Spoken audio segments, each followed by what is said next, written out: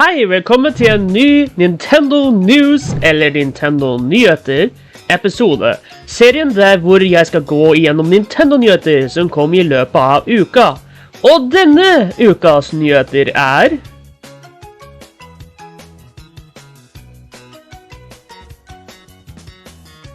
Tidligere uka la Masahiro Sakurai, han som har laget Super Smash Bros-spillene, en video på Kirby Air Ride på sin YouTube-kanal, med behind the scenes detail av hvordan det var å jobbe med spillet. Sakurai snakker om et år med development på spillet ble scrapped, og at ikke en eneste Warpstar virket som det skulle. Og at de da måtte rebygge spillet fra grunnen av, utenom assets fra spillet. På cirka 3,5 måneder var spillet ferdig. Som definitivt viser hvor god han og teamet hans er på å lage spill. Nesten 4 måneder er ikke lenge. Jeg har aldri prøvd Kirby Air Ride personlig, men det er vist veldig populært blant Kirby-fansen. Men hvis GameCube-spill noen gang kommer til Nintendo Switch Online, eller spillet en gang får en remake, eller en sequel, skal jeg endelig gi det et forsøk. For det virker spennende og interessant. Men for mer detaljer kan du sjekke ut videoen. Jeg legger igjen en link til videoen nede i beskrivelsen. Og hvis du vil, gjerne fortell meg om du har prøvd spillet, og muligens om du likte det.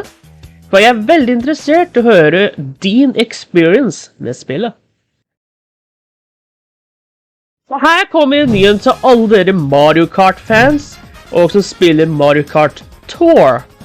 For en stund tilbake fikk vi vite at Mario Kart Wii's Rainbow Road kommer til Tour, og nå er den endelig her, sammen med det Tour kaller for Space Tour. Så siden denne banen kom til Tour, skal vi ikke se bort fra at den kommer til 8 Deluxe snart også. Kanskje ikke i den neste waven, men i løpet av året. Mario Kart Wii er et av mine favoritt Mario Kart-spill of all time. Rett bak 8 og kanskje DS, bare på grunn av DS sin Mission Mode. Den japanske nettsida til Kirby's Return to Dreamland, eller Kirby's Adventure som den heter her i Europa, remaken som kommer til Switch i februar er nå sluppet ut.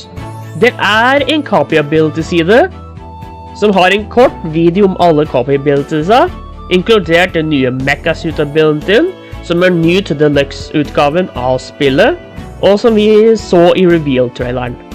Men det er mer!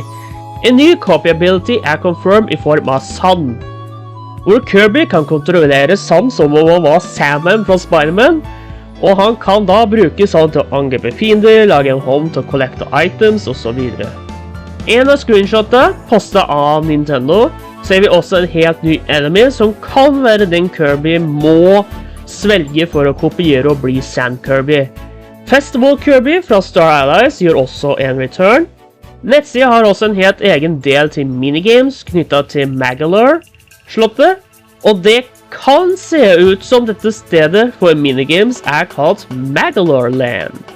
Det ser ut som det er 10 playable minigames her, alle som du bør se på skjermen akkurat nå, men det er en sjanse for at det kan være mer. Men selv om det er bare 10, så ser det ut som det er bra utvalg av minigames. Det kan også se ut til at vi vil få rewards av å spille disse minigamesa. Så masker basert på kjære og kjente Kirby-venner, som kan da brukes i spillet during story mode playthroughs. Det kan også se ut som Player 1 kan kun være Kirby, noe som New Super Mario Bros. U Deluxe gjorde bra, er å la Player 1 få game mer enn bare Mario, og det er synd at det samme blir gjort her, hvis det er tilfellet. Men du kan alltid bare trade Play 1-kontroll med en annen person, dersom du vil gå rundt som Meta Knight for eksempel. Ubisoft sier at Sparks of Hope underperformed, og at de ikke gjorde det så bra som det de hadde håpet. Og de sier de møter på store utfordringer mens de skifter mot megamerker og langvarige titler. Og de sier at, and I quote, til tross for utmerkede rangeringer og spillets deltakelse samt en ambisiøs markedsføringsplan, ble vi overrasket av Mario + Rabbids Sparks of Hope underpresentasjoner i de siste ukene fra 2022 og begynnelsen av januar. Dette kan ikke være så overraskende siden Sparks of Hope slappet rett før Pokémon Scarlet and Violet, God of War, Ragnarok og Call of Duty. Men personlig likte jeg spillet veldig godt. I noen tilfeller likte jeg det bedre enn sin forgjenger, som da var Kingdom Battle, som kom ut i begynnelsen av Switchens liv. Første året, hvis jeg ikke husker feil. Og det vil si det at dersom du ikke enda har prøvd det, så vil jeg anbefale deg å sjekke det ut. Selv om du har gamet Kingdom Battle allerede, ettersom det gjør mye nytt og ikke virker helt på samme måten da. Sparks of Hope fremdeles turn-based, men du har mer freedom på å bevege deg enn det du hadde før. Og jeg vil også si at i hvert fall for noen av bossa de mer interessante. Finner du en nyhet du vil skal komme med i neste ukes episode, link dem til Facebook-sida eller Twitter-sida for Mino Norway, link below. Og med det Nintendo News over for denne uka, og vi ses igjen neste uke med mer spennende Nintendo-relaterte nyheter.